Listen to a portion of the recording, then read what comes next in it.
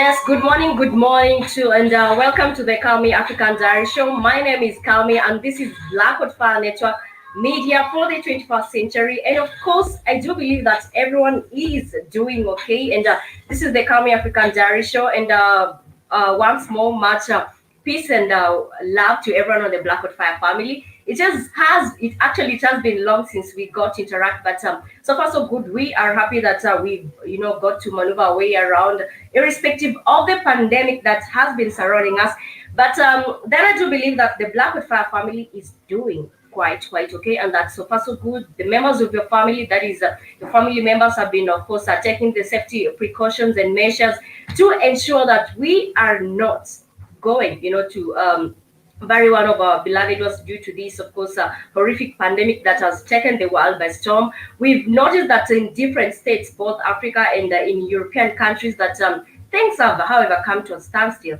But however, today on the topic is that many African states right now, they want to reopen the economy. And I don't know your views regarding that. Perhaps you can share with me on the show that is at Blackwood Fire Network, Media for the 21st Century. And remember, I am your host, Calmie, and definitely this is the Calmie African Diary Show. And we are, of course, coming live to you from our Nairobi studios here in Kenya. And I'd just like to know your views regarding that. What is your take on the fact that different government states, they now want to reopen the economy? Of course, there is a lot of advantages to that, but also we do get, of course, to know that some disadvantages will definitely come to emerge. That is one thing.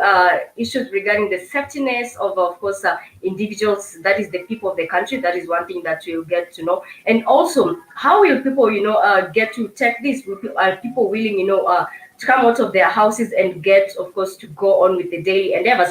And as I started the show, I had shared with you one amazing image that is of an African woman, of course, being plaited braids. And that is a very important fact finding that I got to share with you on the screen. That is, let me just share with you this. Did you know that back then, of course, during the colonial era, that, African women, they used to plait braids on their head. Of course, the reason as to why they used to plait braids on their head, it is as a way of, drawing maps on their head, as a way that will help them escape the plantation that, of course, they were put there by the white man. That is a very important fact finding that our people back then, they say that it is never late to give up. And for some people, they still had hope that they were going, of course, to run away from the plantation that they were forced, of course, to work by the white man. That is one important fact finding that we should, of course,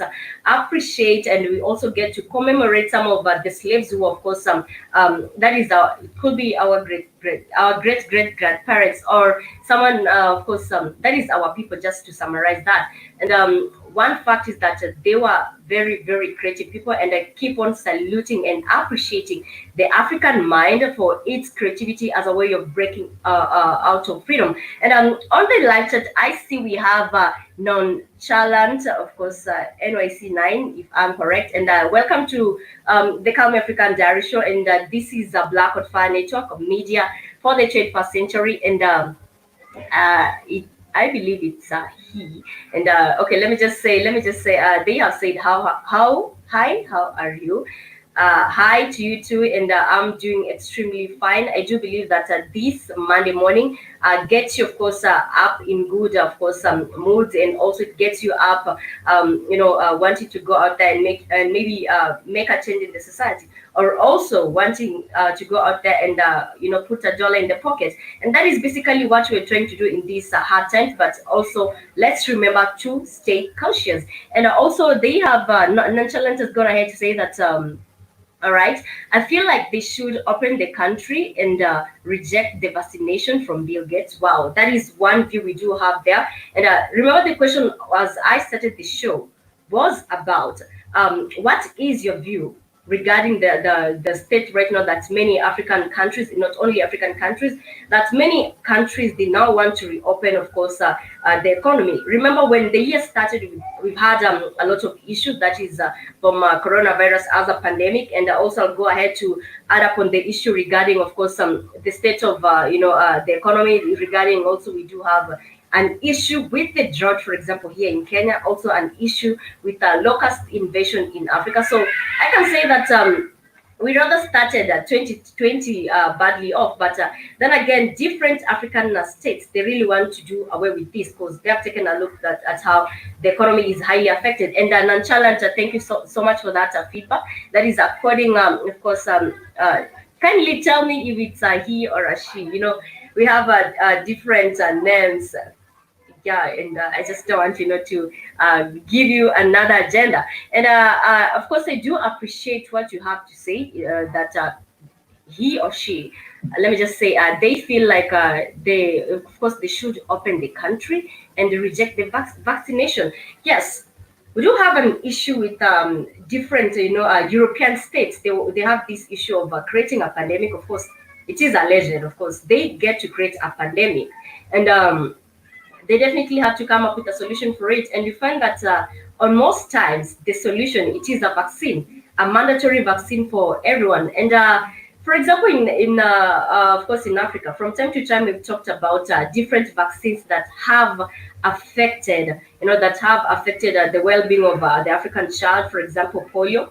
Polio is a very good example of a vaccine that was introduced in Africa. And as a result, we had young children, of course, losing their lives due to, of course, that vaccine. We all know that it is not for the goodness of the people. So again, we do appreciate that comment. And I see at K. Williams. K. Williams, welcome to Black Fire Network. And, they have said, hi, Calmie, good to see you back. Good to see you too at K. Williams. And let's get the show moving. And this month, of course, we are celebrating. We had celebrated the holy month, that is Ramadan. And Ramadan, basically, to take you, it is the 9th month of the Muslim, whereby they get to celebrate through fasting from dusk to dawn.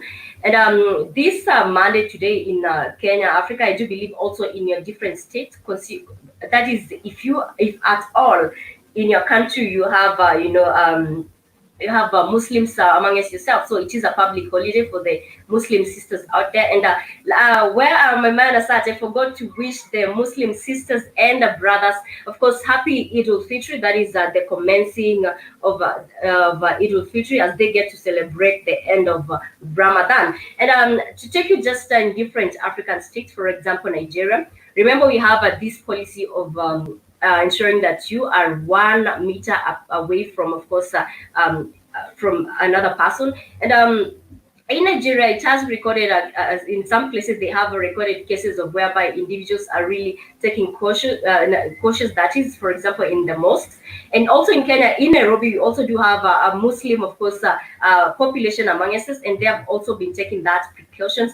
However, not everywhere has this sunk in, because also still same place in Nigeria, they have recorded cases whereby there's still, public gathering, that people are not scared. And if you ask me, there's just different ways as to why people are reacting towards corona. To some people, they are taking it as a joke, and this is basically I love to link that all the way from China.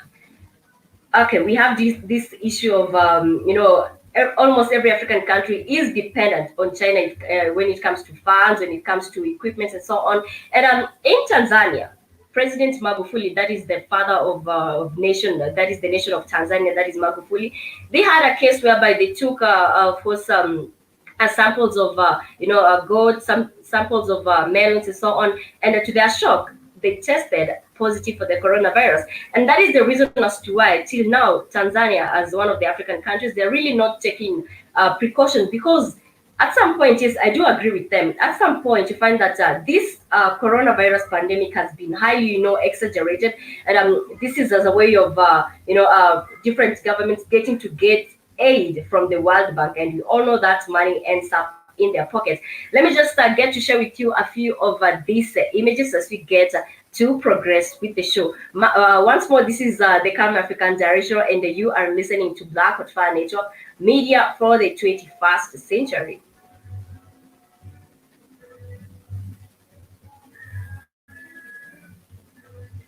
All All right, I'm going to share with you one of the videos regarding this is all the way in South Africa, and it has to deal with, of course, the reopening of the economy. South Africa, as one of the countries, of course, it has come up with the measures, and as much as it has come up with measures, to lift the cap and so on, the government, different African countries, not only South Africa, they are scared of the increase of the cases that is going to go there. And it is because of the demand of the citizens. For example, in Kenya, the demand of the citizens, they really want their life back and so on. But then again, how cautious are we when it comes to this pandemic? On a daily to daily, I'm even tired on the news, like it's all about corona this, corona that, and it's really upon us, to really take the measures. And I'm not sure that many civilians, when they will come out, that they will rather get to practice this measure. So let me get to share with you South Africa, how they have come up, with a different, measures regarding the lockdown. As much as it has been, of course, it has been foreseen, if I may use that old terminology, it has been foreseen that in the near future, that is the few months to come, that this pandemic is yet to spread off. But then again, let's take a look at what Cyril Ramaphosa has to tell the South Africans regarding the lifting of the curfew in South Africa. All right, these are some of, let me get share with you that.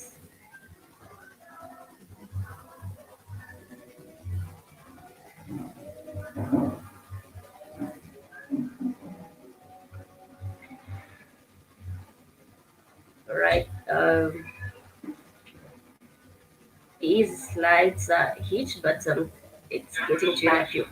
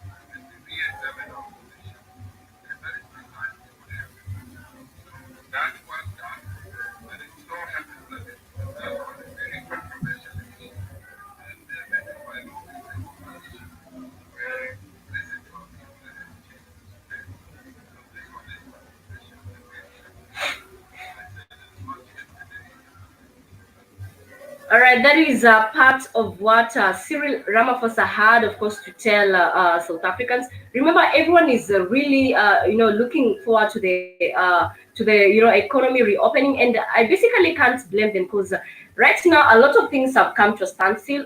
Sorry, you said no sound at K Williams. Sorry about that.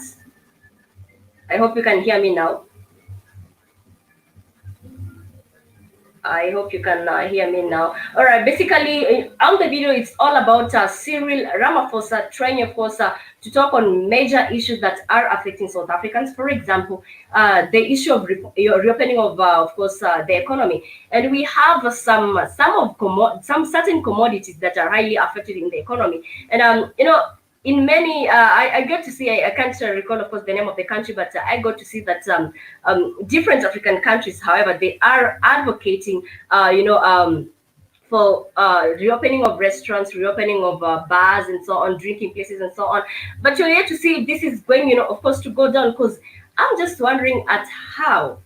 the economy is going to be if everything, of course, resumes to normal. As much as I want, of course, things to be normal, I'm yet to see at how we are yet to see at how different African states are going, of course, to react, or at how different African states are going to put proper measures. When we started, I mean, when the cases of the coronavirus had increased, I couldn't help but notice that in different places, that is, eating restaurants, for example, in Nairobi, Kenya, you were definitely, of course, you was definitely, of course, allowed to take a meal, but of course go and of course consume it in your home or somewhere else, but not in the restaurant. And also a distance of course 1 meter is highly, of course, advocated for in many places, even in the buses and so on. But I got to see that over the last weekend, different restaurants, of course, have come about, with the 1 meter, of course, rule, in that you are now able to eat in restaurants. But we will, of course, get to hear that. And I see at K. Williams say that, all right, the video was bad, or you're good. Okay, thank you, thank you. Sorry about that. But perhaps you've got to understand what Cyril Ramaphosa was advocating, and still in South Africa. We do have 168 cases of course, gold mine, of course, workers who had tested positive. And, you know, as much as every government is advocating for the reopening of the economy, we get to see that more numbers are, of course, increasing. And this is a very, of course, disturbing issue. And also the issue with learning facilities, for example, universities and so on. Remember also, in a year, in many learning institutions, graduations have to take place and so on. And whenever a graduation is taking place, that basically means that the number of people getting, of course, to interact and coming into close contact are going to be many. So also, that is one of the issues that we are going, of course, to take a look at as, of course, the days continue, and we are yet, of course, to, stay work and really see the proper measures. Is this going to be good for the people or not good for the people? And also, I got to say that in South Africa, they had, of course, warned that the country's coronavirus outbreak is definitely going to increase. And a ban on alcohol is that in many places, even here in Kenya, you find that alcohol, it is advocated to be consumed at home. But countries like South Africa, you get to, of course, to consume it at home. Also, I was just saying that countries like South Africa, there is a ban on the sale of cigarettes. In Kenya, cigarettes are still, of course, sold. In different African countries, cigarettes are still sold. That is a part of the updates regarding coronavirus in South Africa. And I bring you to the country Kenya.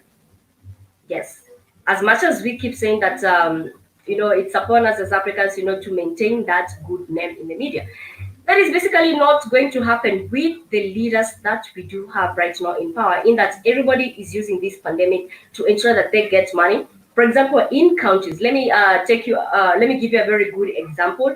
Where I come from, that is in Kisii County. It is alleged that, of course, cases have been reported.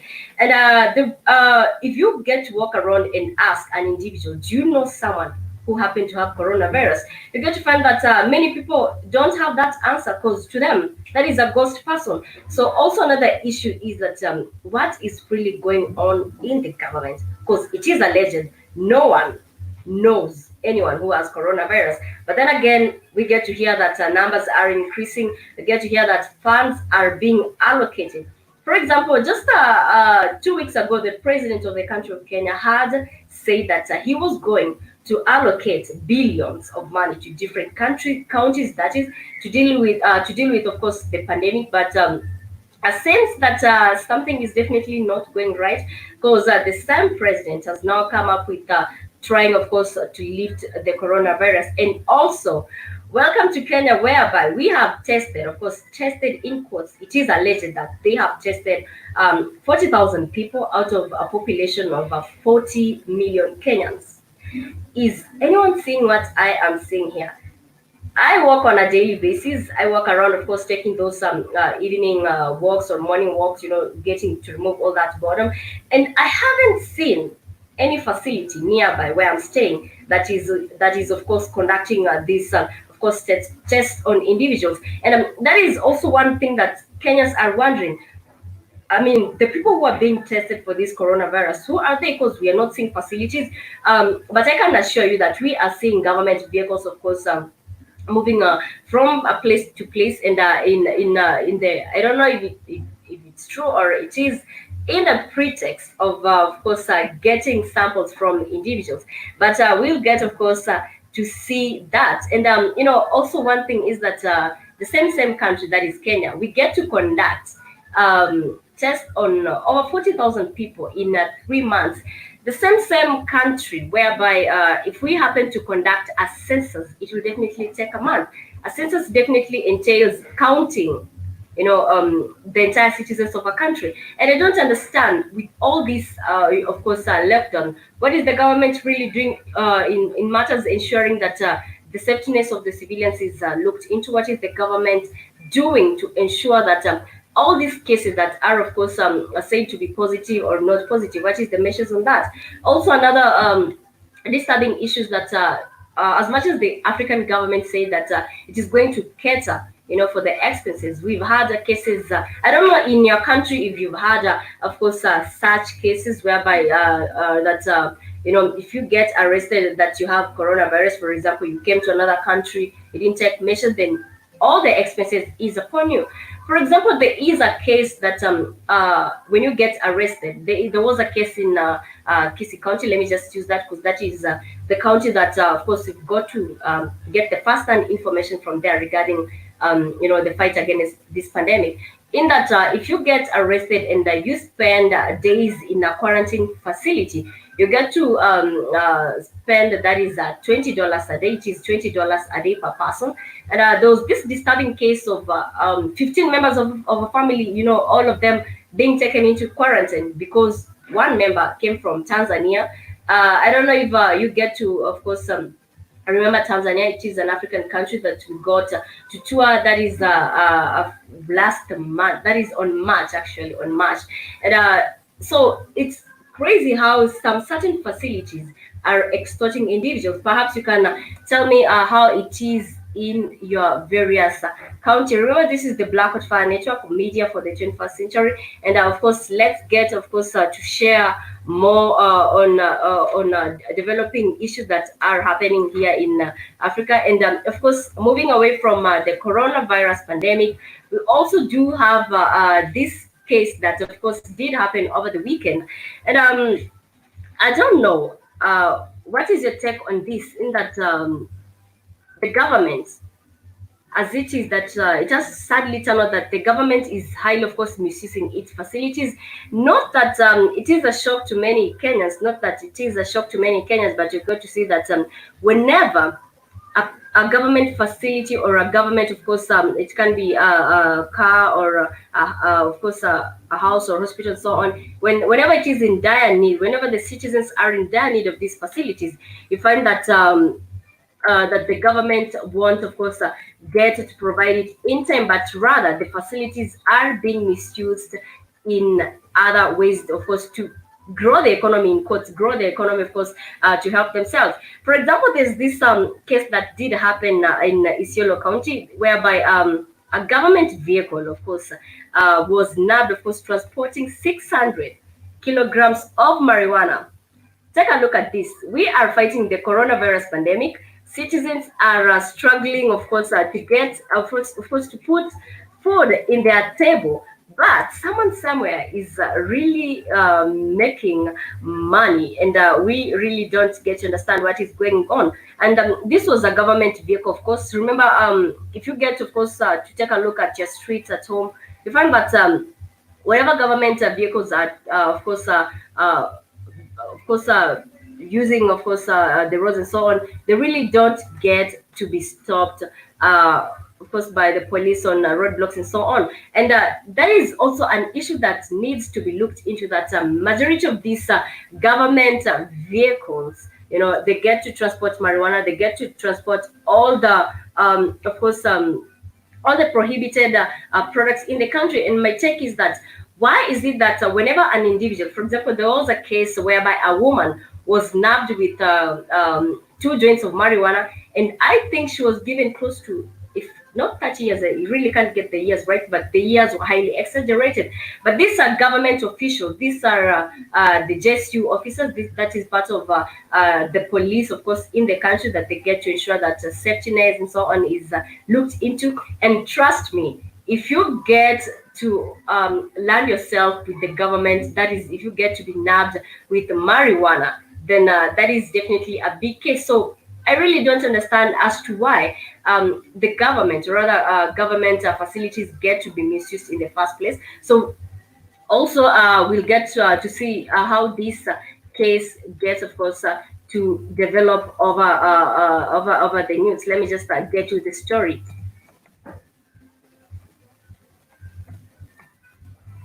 All right, let me get to the story.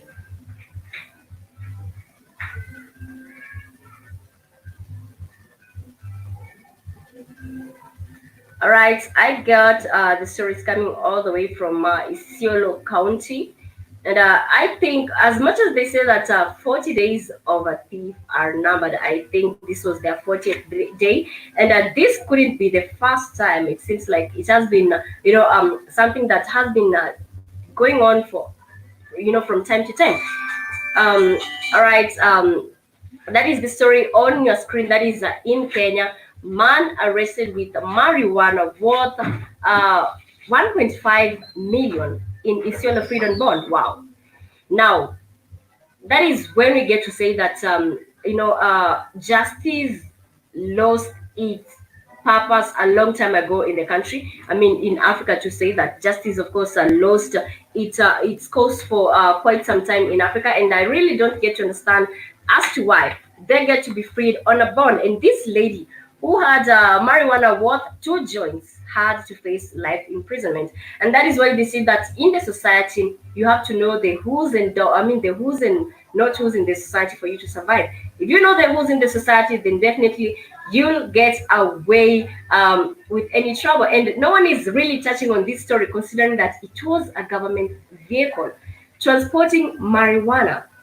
And we're just shocked. Was this what they tipped, or was it that foreplay had taken place and someone didn't get a fair share? Because how is it that the police were warned on time that this vehicle, because it was transporting it in the wee hours in the morning, how is it that the police vehicle was, the police were told, of course, the exact time that this, of course, marijuana is going to be transported in the country? Really, let me just get to this.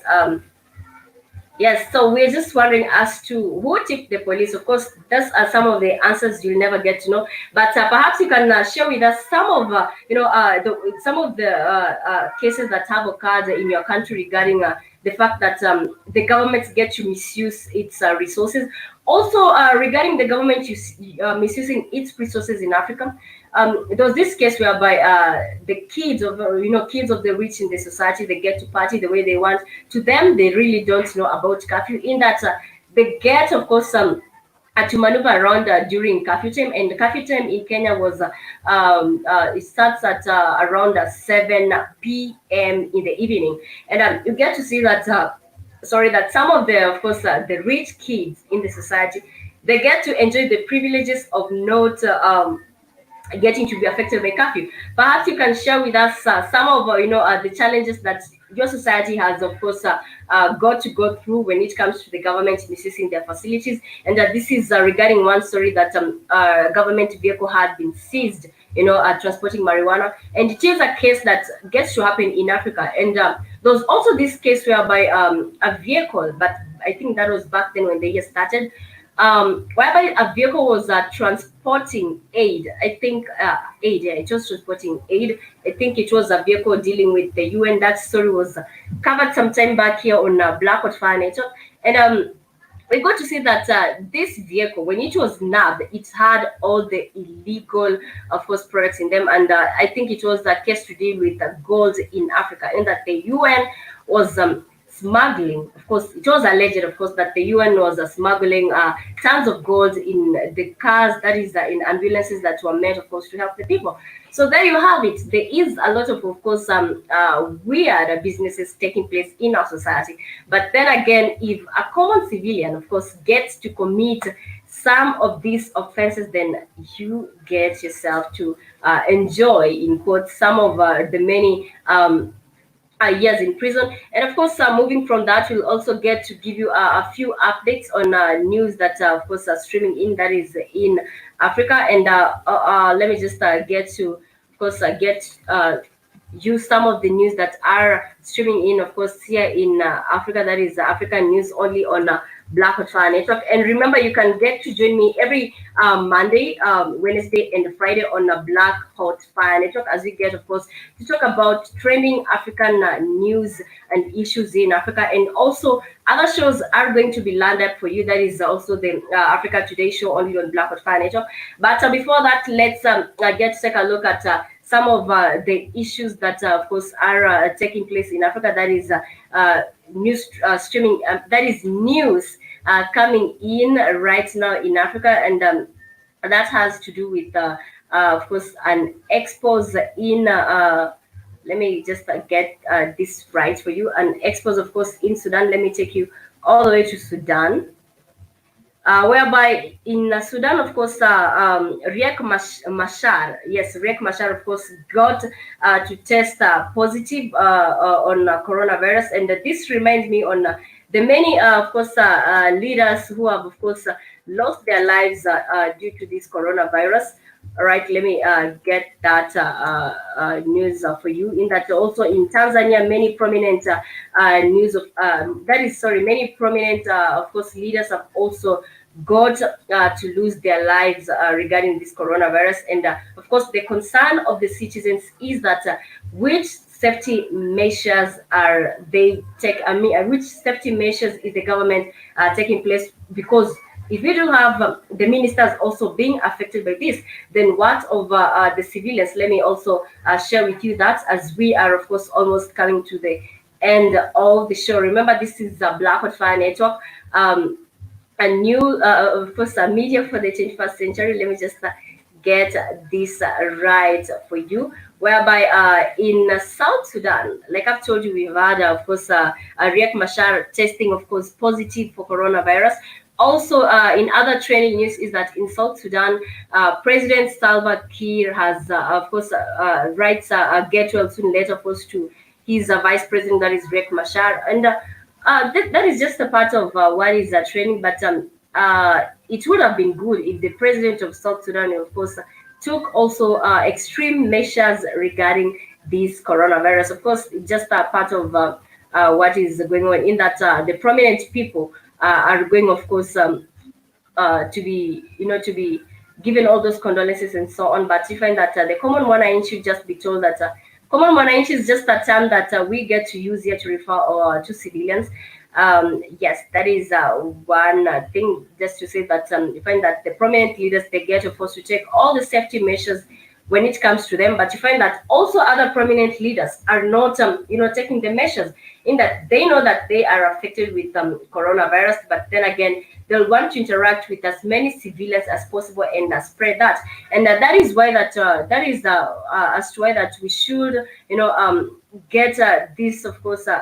Let me just use the word individuals, who get to, if I happen to have coronavirus and they get to transmit it knowingly to someone else, then I definitely need to have a hearing in court. Let me look for that video and share with you. That is a news streaming in regarding Africa, as we almost come to the end of the show. And that is in Nigeria. We've not talked about Nigeria, and Nigeria is one of the most, favorite countries that you happen not to talk about.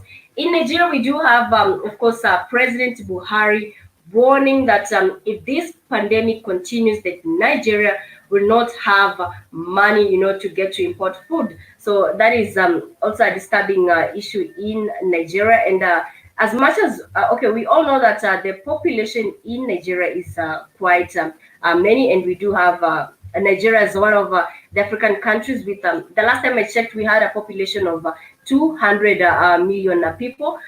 And if something is not done, because they also do have, that is the cases of coronavirus, they get to increase in Nigeria. And studies that the government says that they have no money to import food in Nigeria. Let me get you a brief of that story as we almost wind up the show.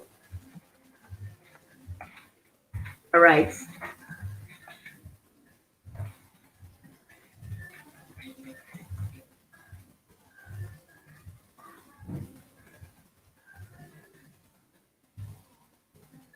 All right, this is in Nigeria, and remember, it is the country that has the highest population in Nigeria, and really don't know what measures is Buhari taking down regarding that. In that, it says that in Nigeria they definitely have no money for food during this pandemic. And it seems like many African countries are going to suffer that, because we have the issue of drought, we have the issue of cholera outbreak. For example, in Kenya, we do have an issue of cholera outbreak. We also do have an issue with floods that had killed over 200 people plus. But you find that the news has highly concentrated on coronavirus, and it has forgotten some of pandemics that are affecting people. So all the way in Nigeria, the Nigerian government has, of course, gone ahead to say that it has no money, of course, to buy food for the Nigerians. Let me, of course, get you that, of course, video briefly, as we are almost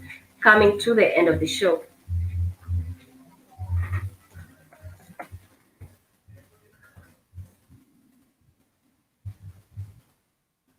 All right.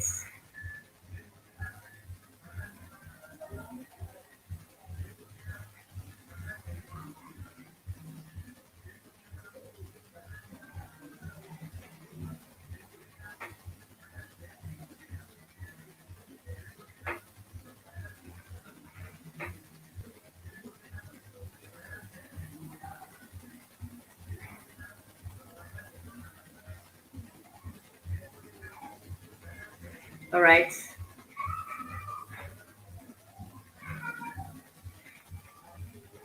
That is just a brief, of course, of action, of course, hangers in Nigeria. But then again, it's just something that is not quite, of course, good to hear of. And sadly enough, is that it is the rich who definitely not be affected by all this pandemic, but the higher population of individuals out there are going, of course, to be affected by this pandemic. I'm trying to get you the video regarding Nigeria by, of course, how President Buhari gets, of course, to say that they have no money for food, and considering that Nigeria has a lot of course.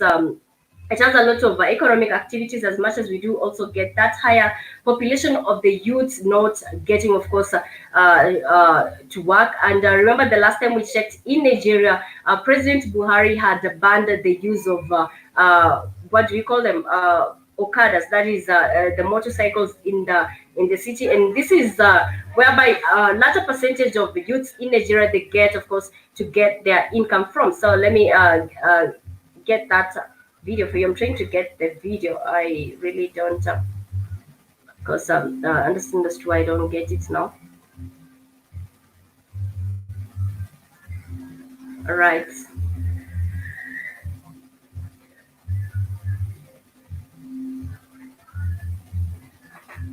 Right, there you go. President Buhari on, of course, a food shortage in Nigeria. Let me just play this one for you.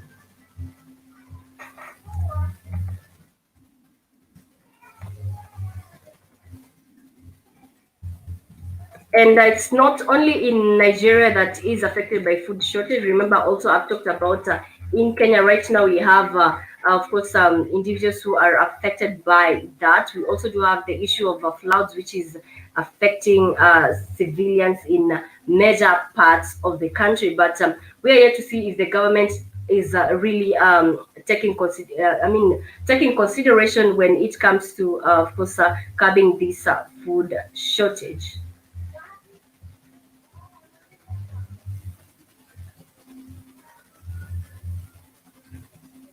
Right, this is what we have for you.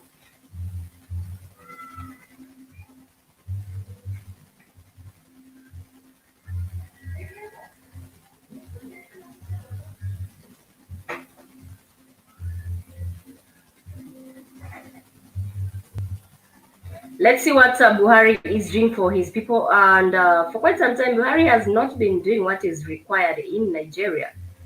All right, this is what is happening in Nigeria.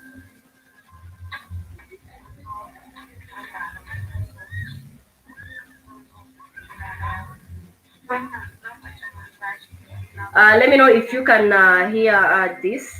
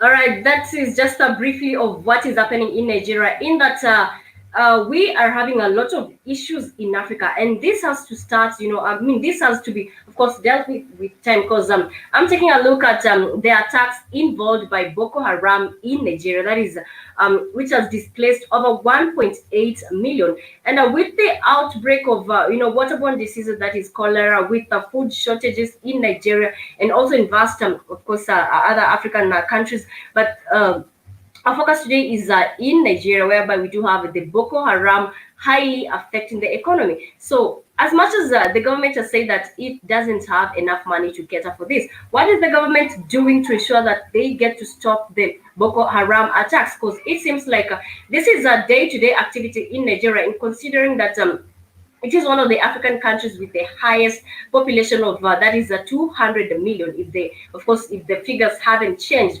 and it's just something that really needs to be looked in. So that is the state in Nigeria right now, that they are facing an issue with, of course, a food shortage, and this just comes up with Buhari saying that the government doesn't have money. But then again, this is Africa. Take a look at how various, of course, presidents, they get to enjoy all this, of course, luxurious activity, all their puppets also. And we all know that in Africa is one of the countries that highly depends on foreign aid, and they depend on foreign aid as a way, of course, they depend on foreign aid, and this leads to, of course, African countries not being dependent on themselves. And this issue of depending on foreign aid, I'll keep saying it from time to time, it is what is highly, of course, affecting us as Africans. It is what is making us not to go forward, because if we depend on ourselves, it is a shame actually that in Africa we get to have an issue with, of course, an issue with food shortage. And in other places of the world, they do believe that, they do believe that Africa, we have what it takes, because we have the environment, that is we do have the climate that is favorable to various states of farming. It can be maize, because maize is a staple food in many African countries. We also do have as other staple foods like, for example, cassavas and yams in Nigeria and other African states. So this is something that the government needs to do. And it's also a shame that also in Kenya, the government got to a point of importing maize into the country, because we were having shortage of that. But then again, if you ask me, that is just a play of cards, because we have farmers in various places like Trans Nzoia that is in Africa, first Kenya, in Trans Nzoia, who are highly practicing, maize farming in large scale. So also the cards don't add up right. But that is the state in Nigeria, and of course we are almost coming up to the end of the show. Remember, to the Muslims out there, happy of course Eid ul Fitri, as you get to celebrate the end of Ramadan, which entailed fasting from, of course, dusk till dawn. And also, I'll just briefly take you to one African state that is in Egypt, and it was about that is in Egypt. They are also celebrating Eid al Fitri, and to many inmates in Egypt, they are happy because the president has, of course, pardoned thousands of inmates out there. However, there's one disturbing story of a shooter that did get to happen in Egypt, whereby, of course, a celebrity was, a shooter was hired, of course, to kill a musician, and he was convicted to, of course, life sentence. But due to, of course, the presidential pardoning, which doesn't add up, he has now, of course, been freed, and many people in, of course, in Egypt are not happy about that. But that is just how, of course, the Egyptians get to celebrate, of course, that is Eid al Fitri, in that inmates get to be released out there. And of course, in Ghana, just also another African state, is that they get to conduct things like funerals and also wedding in online. I don't understand how that will work, especially for weddings. But in Kenya, we had the government, of course, coming up with measures to stop, of course, to temporarily stop any public gatherings, that is weddings and funerals. But due to the, of course, the debate that is going around in the country, as if they get to lift the ban, because the economy has also highly suffered. But of course, stay with us on the Blackout Fire Network as we get to update you more on that, because that is basically our role, to update and to engage the society in what is trending in Africa. But I really get to believe that you are, of course, taking proper measures when it comes to curbing corona. And the state in Ghana that is conducting, of course, funerals online. As much as in life, we have, of course, that those stages. That is, we have the stage of birth, we have the stage of course, maturity, as you get to live on your life. You have also the stage of death, as all that is just part of the rights that we cannot happen to, of course, do away with as citizens. And that is why that funerals are also believed to be a very important, of course, ceremony. It is a ceremony, of course, bidding farewell to a person you may have known for quite some time. And it requires, preparation. It requires, getting to give the last respect to that person. But we have been noting that, for example, in cases whereby an individual has died due to coronavirus, we've noted that in some cases, for example, in Kenya, the government, there was one case whereby the way that the affected one was, the way that the deceased was buried wasn't really good, in that he was just, buried like the way you get to bury an animal, just throwing it like that. And of course, the public didn't take that one very well, because this was an individual who was very much, of course, respected in the society, or irrespective of being respected. There's just that respect, you get to give your beloved ones whenever they get, of course, to die. So that is also part of the things that we'll take to look at. How will the government get to, ensure that when you get to lose your beloved ones, how will they ensure that a proper burial is given? Of course, in other states, you've seen that if you happen to lose your beloved ones, You'll happen, of course, to be given 5 minutes each, and to spend the last minutes with us. That is part of what we did have for you today here on the Calmie African Diary Show. Remember, we get to interact every Monday, Wednesday, and Friday on Blackwood Financial, which is definitely media for the 21st century. And also, you can take a look at the website that is at Blackwood Financial. Take a look at various news we do have for you. Also, you can get to make donations to support the network. And before I get to wind up the show, I would like to salute everyone who has, of course, joined me here. And of course, I really appreciate at Kay Williams at 344 Jamal. Welcome to Blackwood Fire Network. And also like to appreciate at nonchalant underscore nice NYC or nice, let me just say NYC9, who happened to join us here. We really do appreciate, considering that there's time difference, and a majority of individuals in various country that is they happen to be asleep, but you do appreciate that you've taken your time to join us on Blackwood Financial. We really of course do hope that you happen to have a good day, a productive day, and you definitely get to be safe. And Kay Williams has got to say